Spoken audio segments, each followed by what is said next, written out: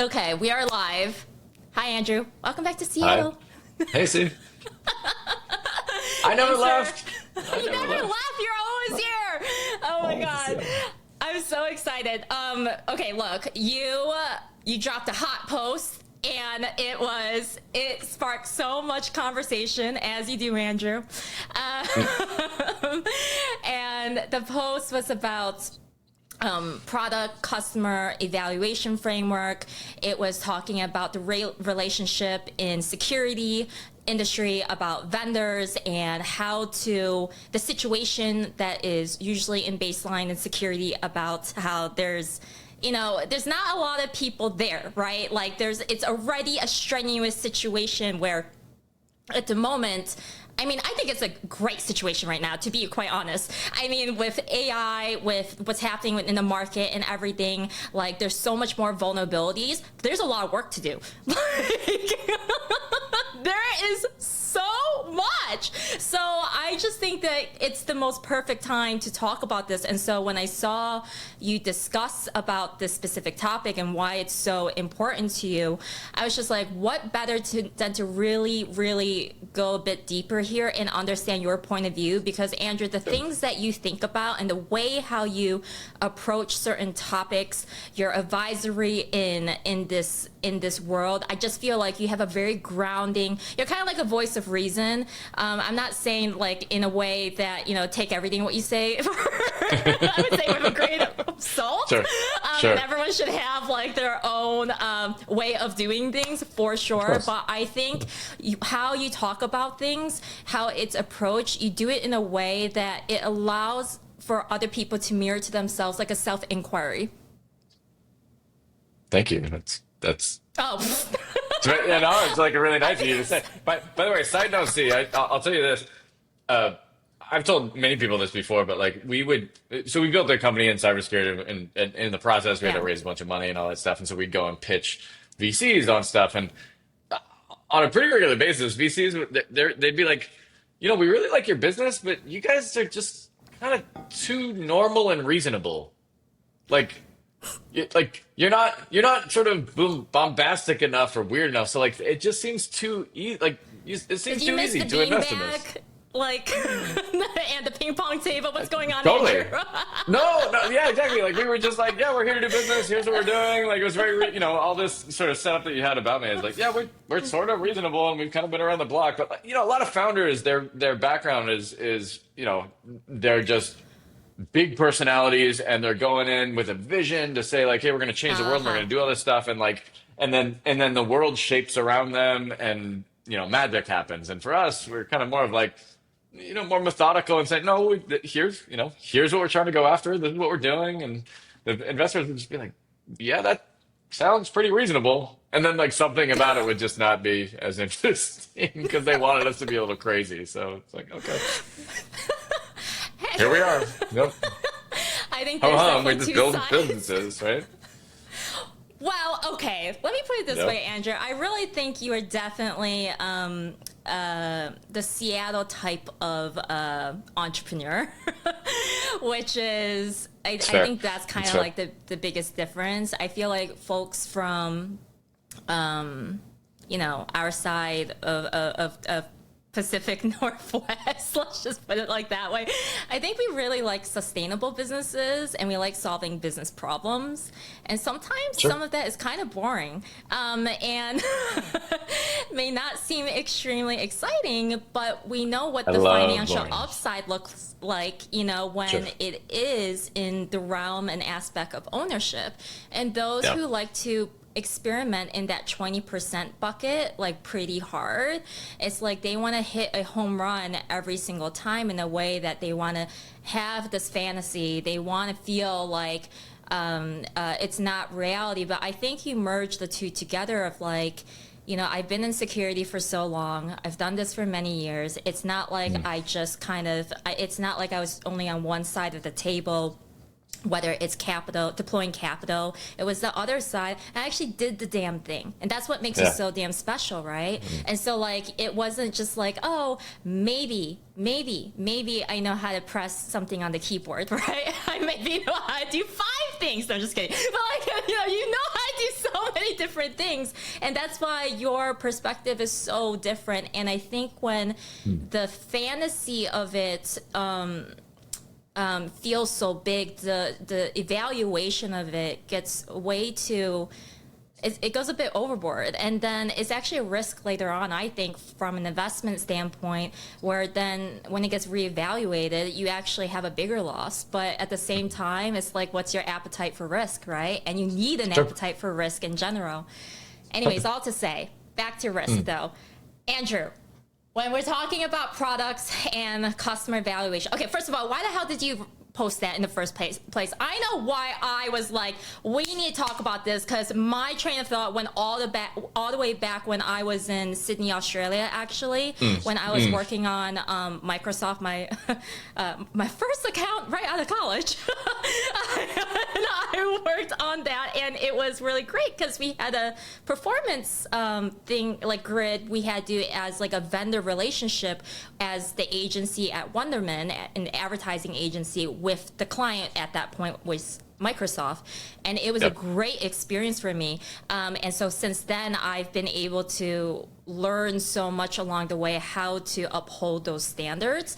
So that was a long time ago. But for you, I want to know how you have thought about that recently. What's up? So okay, just to catch everybody up, the post was about how look, if you're building a vendor product and you're pitching it to customers, kind of I don't know, like a quick tip for people to be able to be successful in those evaluations is that build the evaluation for the customer. Like, build the framework for the customer to be able to actually evaluate the product that you're pitching to them. And it seems kind of straightforward. You're like, well, yeah, of course, like, why you'd want to do that, but why would the customer want you to do that for them? Because wouldn't they have their own evaluation framework to look at, products in a specific space? And at least in security, and as I've had this conversation online now, like with other folks, like they're saying, like, look, this isn't a security thing. This is kind of like in general, this is a good thing to do. Is that people don't have time. I mean, you're looking at so many different capabilities that you might want to like evaluate and look at. You don't have time to build the whole framework for how to do that before you even start the process. A lot of people are just kind of doing this on the fly, and so like, by building the evaluation like sort of framework for the customer that you're pitching to, look, you certainly get to stack the deck, right? You say like, hey, we have a very specific point of view. This is why we built our product in this way, and this is what we think is important for you, customer XYZ, that you should be looking at the evaluation. And it's going to be, your perspective is going to be different than your competition. Like everybody that's building a product in this space is going to take their own approach. So if you can get them to use your evaluation framework, you're way ahead of the game to do it. So that's what the post was about. It's about basically like, advising people, like, if you just assume that you're going to walk in the door and they're already going to have the framework and they're going to know exactly how to evaluate all the products in this space, like, you're probably wrong. And if you don't come in with some type of framework that you can help the customer walk through, you're just going to be at a disadvantage, essentially, because if somebody else does it, like, they're going to get to set up what the framework is, and it's not going to be you. Now, like the sort of counter, well, there's lots of other sub pieces to this, which is like, well, what does that mean? What's a framework? What are the pieces that you put in place? And I'm happy to talk about those, but that's just like, that was the high level thing here, right? And what, you're not just pitching a product. You're actually like showing them the process for how to evaluate something is as much as actually just having a tool that works well, right? Or a solution that works well. Yeah, that's yes, that is education. And when you're talking about this, I'm just like, what objections are you thinking about? So like, is this in the moment of time when trying to get ahead of the game when it comes to churn, like retention? Is this about, customer success? Is this about to de-risk, conflicts in unmet expectations? Totally. Like what are we talking about here? No, look, it's a great question because you can use this concept. I don't know. You can use the philosophy in a lot of different places because it's helpful. So let's talk about this from a customer retention perspective. Yeah. Once you get the customer in the door, like how do you make sure that they're not churning? Well, you should probably have a meeting with the customer to say, what are your goals for the year? Let's build the evaluation framework for if we actually achieve those goals together. And then at the end of the year, you evaluate that. And if they come back to you and say, hey, we're going to use somebody else, you say, but we hit all of your goals. Like this was successful, right? Like we did all the things that we wanted to do as a team together. You build trust with them.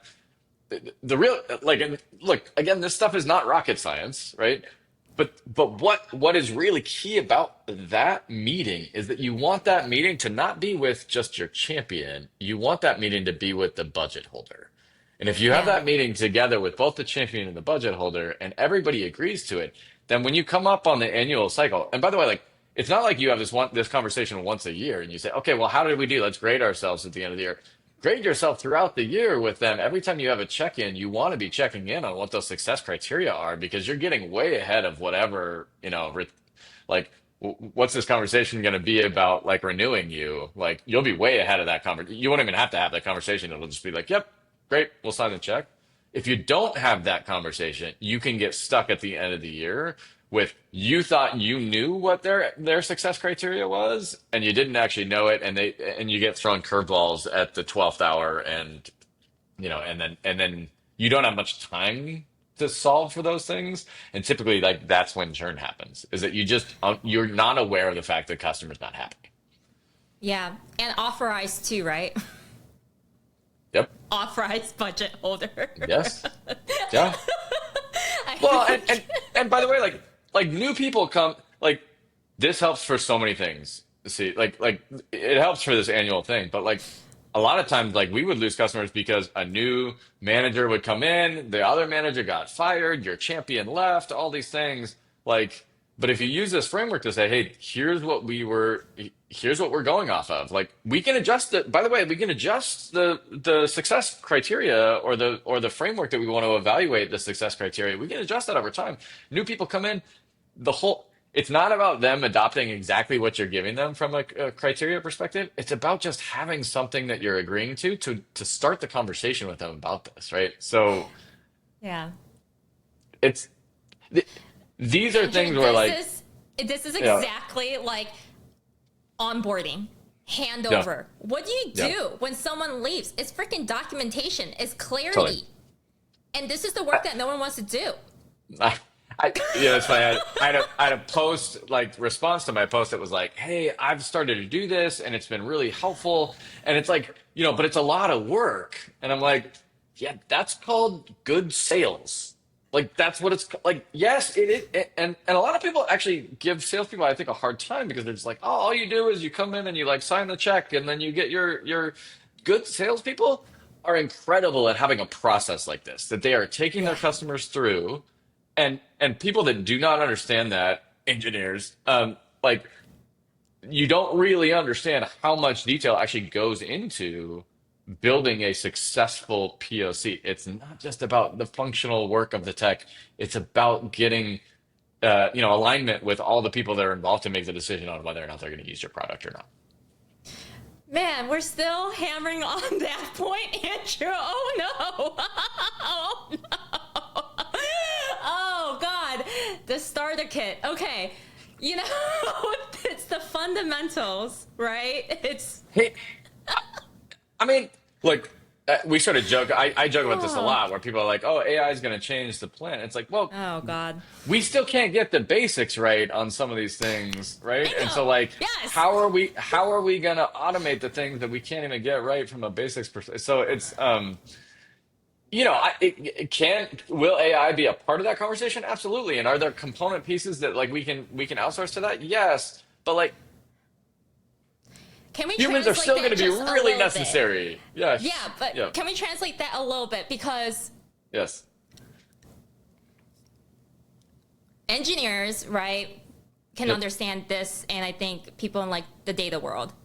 Yeah. Data needs to be labeled. If data is not labeled, AI can't take it where you want it to go, right? Yep.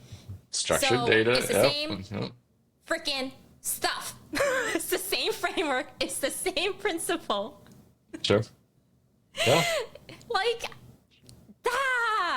yes. Okay. So, sorry. Oh my God. Okay. So much to unpack here, Andrew. Yeah. Okay. For one, evaluation. Let's talk about this because Yep. we're really talking about how to do business. How do we want to win? How do we want to succeed? And if this is a definition that we are defining, this is how we want to win, and this is what success looks like, is what you're saying, that success criteria, that needs to be documented in a way that it can be positively reinforced, because and you can even do like a different kind of thinking as well, and invert it of like, what does failure actually look like?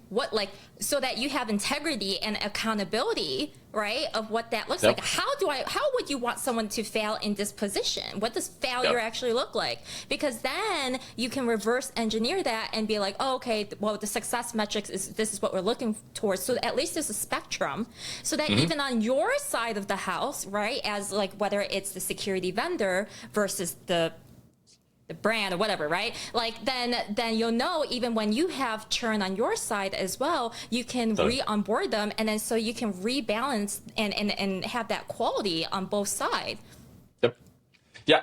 I mean, when I talk to people about this concept of like, hey, bring a criteria, bring a framework or whatever to the customer, a lot of times they're like, well, isn't that just like cheating? And I was like, no. Look, this is not that. Like, because what they think is, and they interpret this as, is like, okay, well, like, I'm going to sneak all these things by them that like we don't do well. And we'll just say, don't look at that stuff. Right. Like, and what actually happens in practice is that you have a real conversation with them about like, look, here's the best practices that we have, but are there things that you have that you think are more important based on your specific project and your specific business and the people that are involved here? Let's make sure that those are like accounted for. And to your point, like, see, it's not just about success criteria, it's about what is failure going to look like here, right? Like, if we don't do our jobs, like, how are we going to fail? And the more that you can define that stuff, like, that's about transparent. I mean, it's a transparent process that you can then have. And then I actually think it makes it like, look, it's great for the sales. If I'm in the salesperson position and I'm like, I really want to be able to, I know that we're losing all these deals because of this specific product function that doesn't exist, and my product team isn't listening to me right now. Great. Build that into the eval. Like make it something, if it's very critical for your customer, say, hey, product team, the last 5 evals we've had, they've said this is one of the most critical things. And if we fail at this, then you're not going to get the deal. And guess what? We failed at it and we didn't get the deal. Solve it, right? I mean, what better feedback to be able to bring back to your product team than that versus, I've heard this over and over again, which is like, salesperson complains about the product. It's not good enough. That's why I'm not winning deals. Well, bring some data to it. Bring some rigor. Like, we've all had that salesperson that does that. And like, I get it. Don't be lazy. Bring Plus every data. CEO ever. Yeah, well, yes, yeah. So what? You get what I'm saying, but like there are a lot of values in being able to get alignment and very like strict definitions of what are we going to win on and what are we going to lose on. Because the other thing I'll tell you, Steve, is I can't tell you how often this happens, which is companies will be in a POC, they'll be getting all this great feedback. They're telling the board member, oh, we're going to win this big deal. They're telling the team, oh, we're close to winning this big deal. They lose the deal, and then the customer ghosts them, and they have no idea why they lost the deal. Yeah. If you're not having this conversation along the way, and you're not being able to create these very clear benchmarks of like what's going to be success and what's going to be failure, like 9 times out of 10, you're going to be left in the dark without understanding why you lost. And then you didn't get anything out of it. Like, people talk about moral wins or whatever. Like, we were so close to winning that deal. That's not actually the win. The win is if you actually learn something for how do we win the deal the next time. That's the win. That's so good. Yeah. Like, no, seriously. Like, even if you lose the deal, that's fine. But if you actually know why and you can make some adjustments, that's great. And like, but when you lose and you don't know why, that's the real loss. Yeah. 100%. Oh my gosh. When you're talking about the art of negotiation Mm, in the beginning of that, like the art of negotiation of how to do this on as a daily practice, one, how to negotiate, like a lot of what you talked about and then the back end of just now was the interpersonal side of it is how to have this open and honest relationship, how to have like almost a tough love and knowing that crossing that bridge of that tough love, it can actually bond you closer together, actually even more so by having that honest, transparent conversation. And I think a lot of that is fear. In between that is fear. And fear is just like a puddle that's, what's that saying? A puddle is like a mile wide, but an inch tall or an something inch like deep, that. yeah. Yeah. And so it's just like, when I think about that a lot, even like recently I went through like this incredible legal conversation like last Friday and it was awesome, Andrew. And it was so great because it was with a specific person who I wouldn't have been able to play ping pong with, honestly, in such an incredible legal conversation and going through this incredible, like, two documents and everything, literally line by line. And we were going through every single point, and it was awesome. And it was Cool. so awesome because it was like an experience. And I'm sharing this experience of how like intense it was because it was like an incredible, a very specific type of deal agreement. And so it was an incredible deal agreement, but we were going through every single thing and we were able to learn so much about each other along the way. And it was a lot of upfront clarity. And it was like, Yeah. oh, you're afraid of that. Why are you afraid of that? Oh, I would have never thought of even to do that. But if in the 0.1% chance it happens under Yeah. my accord or under your accord, okay, well, how can we make this as a mutual beneficial line? So we actually changed the whole language for that Yeah. to actually happen. So we learn how to win together because all Totally. we really want is a win-win partnership and we want to have a win-win outcome. And so Yeah. like we know that the bigger the pie is, the more that there's going to be able to, we're going to be able to share and everything, right? And so that's more of like a, I guess, abundance mindset rather than like Totally. a constricted and confined and a scarcity mindset where it's like, okay, let me just yum, yum, yum, yum, yum. And like, wait, but like, but to your point, sorry, to the point of like when you're talking about people don't want to maybe showcase the areas that they're weak in and Yeah. or maybe not resourced in or maybe not capable of, but I think if thinking about it differently of like we are here to do this one job, right? We're doing this one job. Our tool solves X problem. We know it's going to do these problems. Now, for this criteria of this framework, how we are going to work together because we know that every Yeah. business is different. Every business has their nuances because there's different people in it. A company's made out of people. So all variables, right? And so, Yep. so with that, the actual variable part of it, this is how we're going to cruise through the variables together to be able to take away the emotion side of it and to logically win together and be able to dial up or down the different volumes of these different areas so we can work together. And it's high collaboration. It's not like, I think the tool itself is, I don't know if you agree with this, but I think the tool itself is set and forget it. But the actual relationship of it for that product design and development and making it better, like because it's an ongoing living organism thing for the future versions, like that's important for that feedback to happen because they want more. Yeah. Well, and look, like the easy problems in the context of something like this to solve would be the sort of scenario that I brought up before, which actually in in in practice is kind of basic, which is like, hey, customer X told us they wanted this feature and we don't have it. Great, go build it. And then you win the next deal. Fine. The more reality is what tends to happen on those things is, hey, customer X wants us to do this thing. And it's a trade-off. If we do that, then we're gonna have to actually suffer over here. And so like those are the particularly hard things where it's like you can't actually they want both of these things at the same time, but there's actually some technical like limitations for us to be able to do both those things at the same time. you can get creative around potentially being able to solve those things together. But like an example would be, I want a human person I can talk to all the time and have a really high touch experience for the from a product perspective with humans, but I also want tons of automation and I also want it really cheap.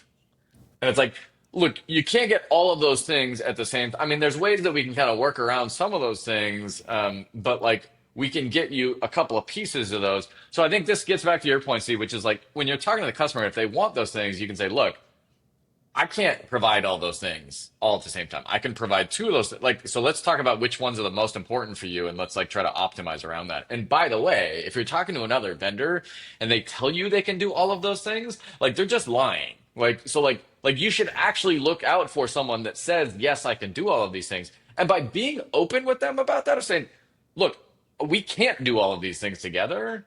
I've found that admitting that actually builds more trust and opens up a real conversation you can have with them about prioritization than just saying blanket, hey, yeah, sure, we can do all of that.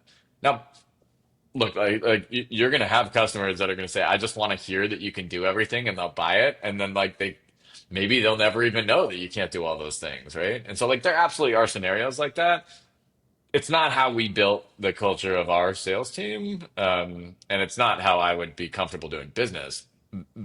But you got to know that other people might be comfortable with that, and you're going to lose to them sometimes. Yeah, it's like people buying novelty gifts and they never get open from the wrapping paper, right? But Sure. there are some customers that do buy in that way. And for whatever reasons that you might not know specifically, maybe it was something they need to check something off on their side of the house, right? To be able to be like, yep, we got this. Okay, fine. But that's not, like you said, the sustainable business side of it is not how you're not building on freaking quicksand. You're not the type of builder, Andrew. I think I know that you're not the type of builder to build on quicksand. You're not the type of builder that you would advise and promote Right. for someone to build on quicksand. It's like shortcuts, right?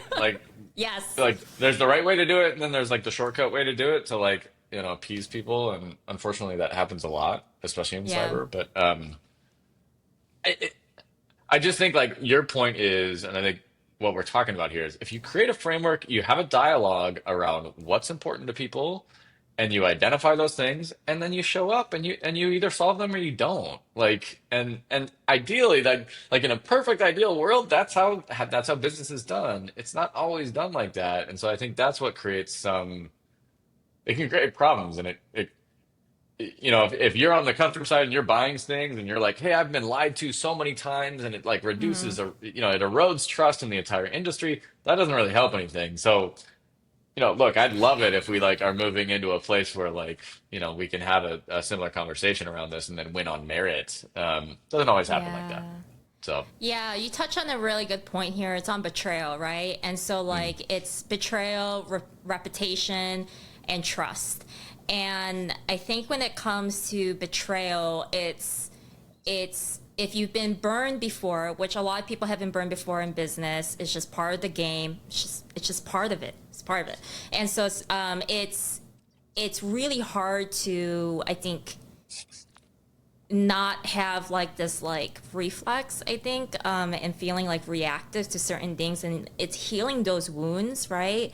And so I think trying to overcome it by people pleasing or by trying to be a perfectionist at things, or saying yes to everything, or in saying that yes, we can provide all those things, like no, we specialize in XYZ, these are the parameters, like, is this something that you want to sign up for, subscribe, opt in? Like, are you in this? Right? Because this is how we're gonna do it. And right. And so I love how you talk about these different scenarios of like these different customer scenarios. But what are you saying and what are you doing, Andrew, specifically in security, that you're seeing common scenarios where you're like, God damn it, I just wish people knew that this is what a healthy version looks like versus a maybe, Yeah. less than healthy or dysfunctional or like not misalignment. I don't know whatever word you want to No. use there, but like what can you make it a little bit more tangible Yes. in a way? Okay. Yeah, I mean, okay, so the scenarios that I would that we'd run into when we're doing like POCs and bake offs and stuff against other customers or other products.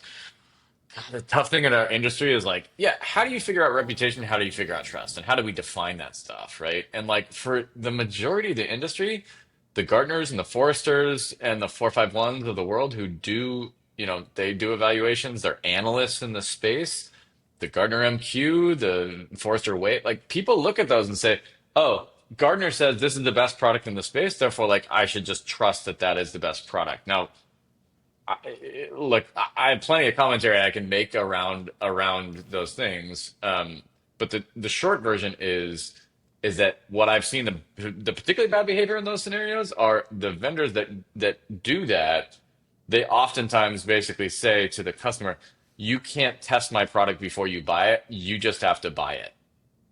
And we're Gartner's best product in the space. So why would you ever have to test it? You know that it's the best because they're saying it's the best. And when customers like, they'd say, okay, like, yeah, of course I trust Gartner, and they don't necessarily know how these things are either calculated or what the process looks like, or what the like shakedown version of this looks like for the Gartners and the Forces of the world. But like, I think this customers they don't know who to trust in the context of this stuff, and so it's I think they just get caught up in following along with whatever they're told, I guess, at the time. And so if we went up against folks where they're like, hey, we want to test you side by side against this other vendor, but they refuse to do a side by side, and my boss says I have to buy the thing that Gartner says is the best, or else I'm going to get in trouble when it breaks.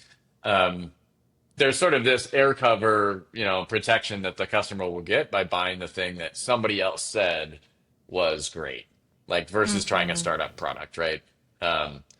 So, if you're a startup in the space and you're trying to build a company, the whole game is you're punching above your weight all the time. And so, Yeah. you got to do as much as you can to build your reputation in a scenario where you're not as big, you don't have as much money, you're not paying the analysts that much, you don't have that many reference customers, you have all these things that are sort of against what you're doing. So what do you have? You have the ability to be honest, transparent, you can rely on your technology, you can build relationships, you can be responsive, you can have great support. You can admit failure. Big companies don't admit failure ever. Like they're like told, like, no, you can't do that because it's legally, you create liability for yourself.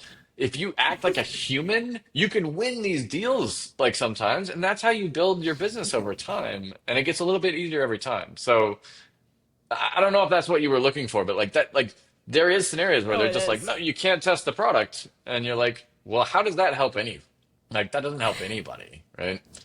Yeah, no, you're totally spot on. I'm just laughing at, you don't have any money to pay the analyst. No. That's Look, it's a thing. And it's not that the analysts are paid off, but it's like they'll spend more time with you understanding your product and your positioning and all that. And like, look, if you look at it sideways, it looks like a shakedown. It looks like a payoff. Like, and yeah, it looks like the lobbyists of the security industry. sure. God. But it is, I mean, like, that's a business. And it It's a solves business. it solves the practical problem, like because not everybody out there has time to evaluate all these things. So like if people like default to using what Gardner says is the best, it's not the worst thing in the world versus spending hours and hours that you probably don't have to evaluate things, right? Like Yes. Okay, let's talk about that just for a hot second a bit more because it's not specific to the security industry. This is like for any freaking tool or any like vendor bid situation of the top three. They're like, oh my God, my boss said I need to have this. So I'm going to get a project management tool. Let's pick Asana. Like I don't understand anything about Asana, but I saw there's a pretty unicorn. So let's go. Right. So, oh shit. And then they open up. They're like, oh no, this is too complex. We're not even organized. So we don't even know how to set this up. Oh, Yep. should we get an Asana specialist? Oh no, let's just go towards this. You know what I mean? It's like, it's the same freaking business decision over and over again.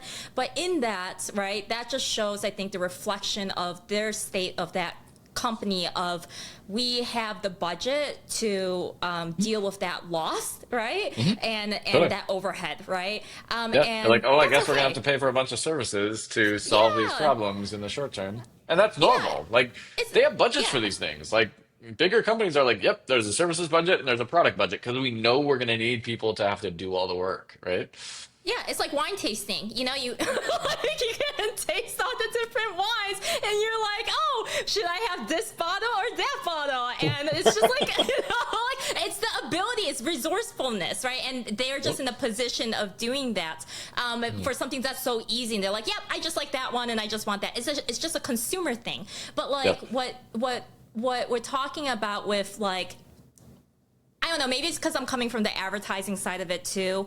You know, Sure. like the things that we do to build urgency and desire and to convert really easily is to have a lot of that shiny stuff up front for those Yep. kind of customers for sure. Totally. But I don't think, and they're not at least 50% of the customer base though. That's the thing. And so I think what I Sure. feel so terrible about and the what I feel terrible about on the contributions I made to this world, Andrew, is that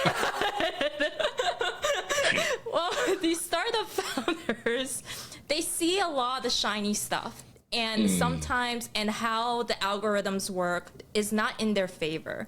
And so they see all these things, and they're all mask FOMO, and Yeah. they're not the real thing. And so, like, even in the most industry report kind of stuff, Yeah. how it got there, what was actually under the hood, if you're in the business of that stuff, you know how that all kind of happens. Yeah. And so, like, it depends on your perspective, and I think how regulated you are in your mind and how you stand guard in your mind of, like, oh, what is real and what is not? What does this mean to me? What is it not? Like, and I think competition helps to inform certain elements of where you're going for sure to base you in reality of just what the perception is, the market perception is. But if that's your driving force, man, I think you're already set up for failure. Yeah. Like, and if you're not like focused on, okay, how many deals have I been talking about right now? How many have I Yeah. won? How many have I lost? How many did I learn from? Did I know what the why is? And seeing if you can just be even 1% better in your house, you know, like I think that's when the healthy attitude and mindset can, you know, they're in a better direction. But I do feel like with a paid analyst right situation, it works for certain people, but I think also what we see a lot, Andrew, like when time really is the test, the litmus test is like we find out that they had a big hype, but the actual evaluation down the road cost nothing. And so it was like, how do you really look at that bubble correctly?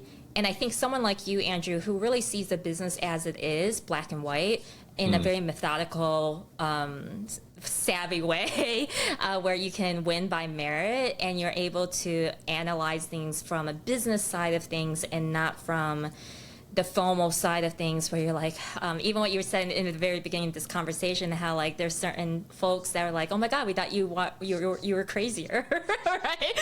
We thought your beanbags and your ping pong tables and all this crazy like antics you would think of this like fantasized version of a founder, right? Yep.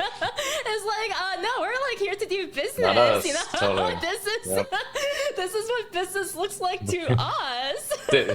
See, this will not shock you, but we did not have ping pong tables or beanbags in our offices ever. Not because we don't like beanbags and ping pong tables. We did business and then we went home and we had fun at home. That's what we did.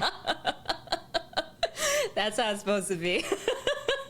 So, Okay, so let's talk about win-win for a second here, because what is your version, Andrew, of win-win that you would like to see more of in security, specifically?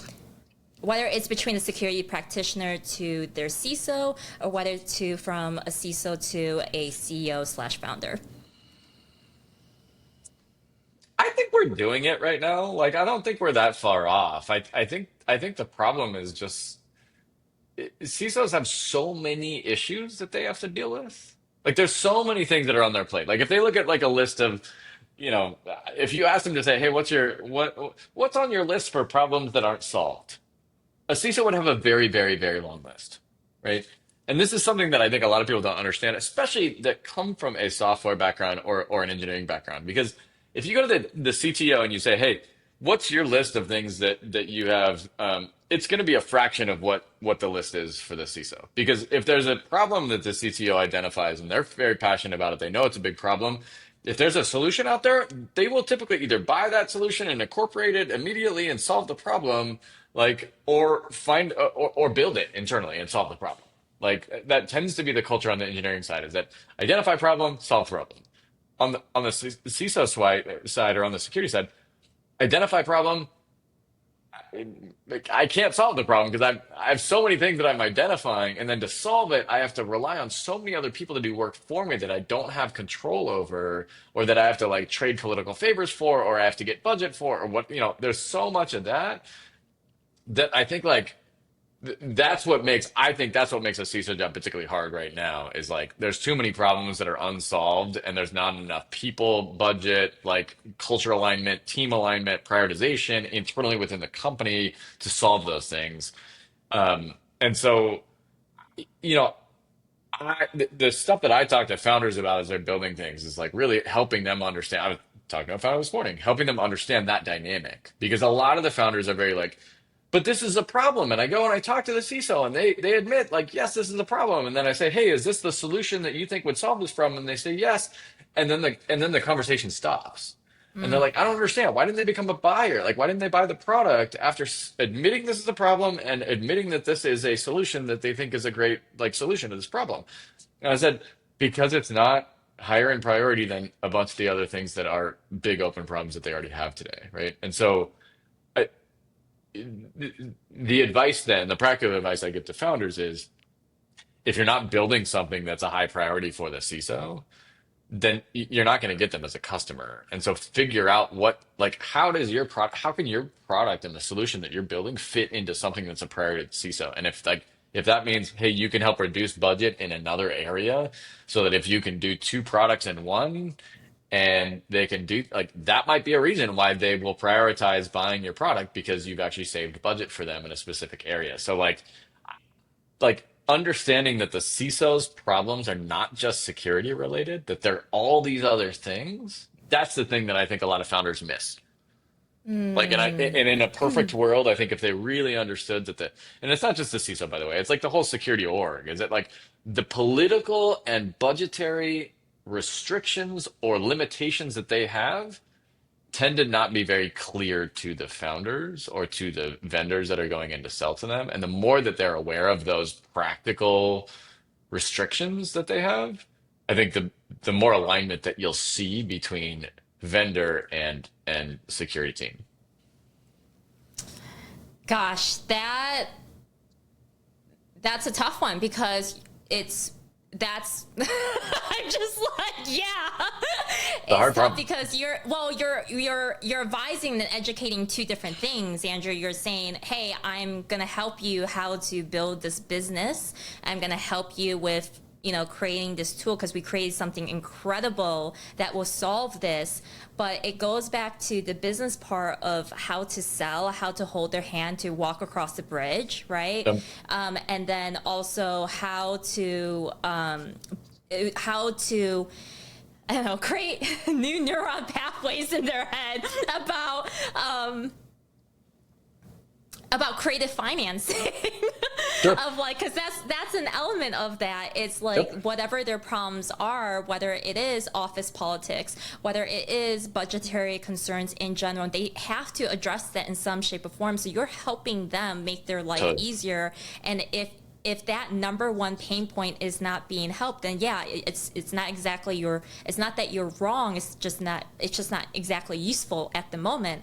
Totally. So what you're saying is, how do I create that? How do I step into your universe and actually be of value and help you in a way that you can see and earn trust in a way that this is a huge problem that you're not seeing because you're just seeing all this other stuff, and people's attention span are really interesting, right? And so with everyone being human, it doesn't matter how high up or Sure. or you are in the executive band or whatever, like everyone's all freaking human. Everyone has so many problems. So like, like so many problems, Andrew. Yeah. And so like you gotta be able to figure out, and I think it's going back into that interpersonal dojo like you mentioned earlier, of it's not about just the saying hi and bye and oh yeah, this is your problem. It's more to that in this relational networking and having these healthier conversation. But I do think it's more about looking into the character of that founder and seeing what their communication style is. And if the more that they can increase the mastery of communication, whether that's through uncomfortability, through these legal documentations, or these exercises of just how to have tough love and conversations that you're like, oh my God, I really want to work with them. I really freaking want to work with them. But how do I do this, right? And you don't want to come off as like not the best, in the room or, all that kind of stuff. But if you can approach it like you're saying as a human, that's what you got. Yeah. That's literally what you got. But and as a startup, you could do some of that. Like sometimes in bigger companies, like you can't get creative with how you create solutions for people like that. And in a startup, you can. So like you're punching above your weight, and I think people tend to think of like we are so outclassed because we don't have the resources and stuff. Like, yeah, but you're fast and nimble, and you can make decisions, and you can be creative, and you can do all the. So it's like, there's always ways to win things. You just gotta figure out how you win with what you got, and like you really do have some advantages over bigger companies that they don't have. How do you really lean into those advantages then? Yeah, and let's wrap up and end here in that I really think, Andrew, the reason why you and we have an obsession, maybe, I don't know if we're possessed or obsessed in startups, in the game of business, right? Is that we know the smaller guys can win, and that's why we're in this. It's high risk, high rewards.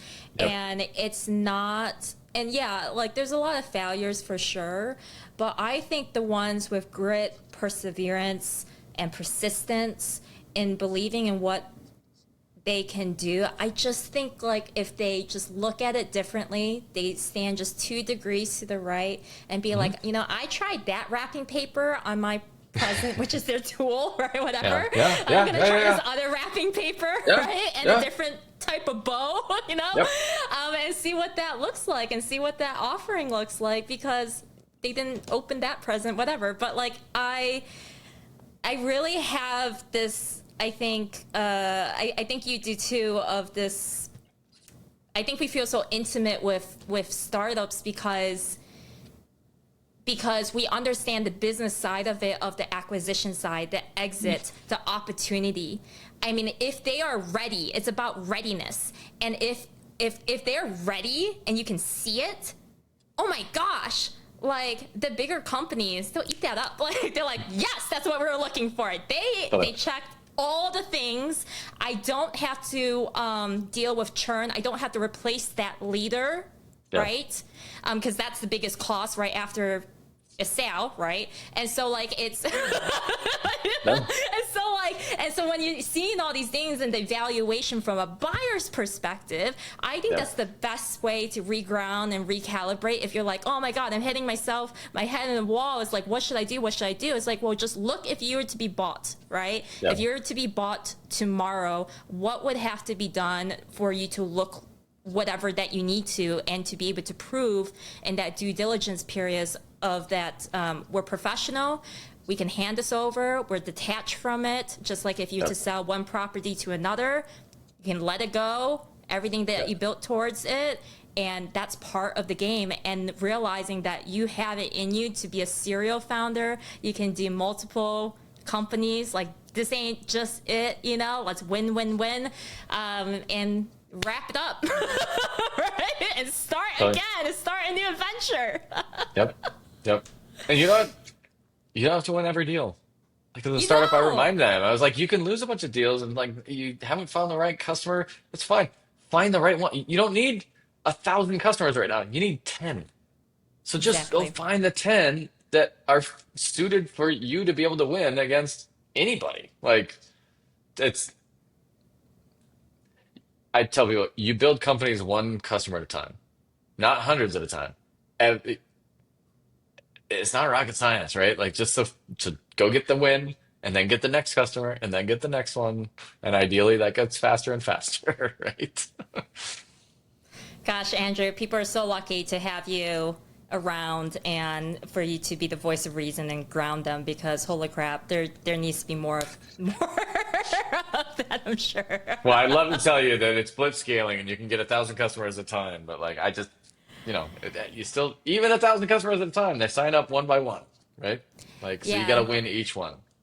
But I mean, even that comes with a slew of problems that I think people don't really understand. Like each business stage has so many problems, and Yep. it's just like choosing which problems and how to handle it. And I think that's where the reps really come in, and Yep. what you really talk about. And I just love the things that I love your mind, how your mind works, and how you logically in a reasonable and unreasonable way.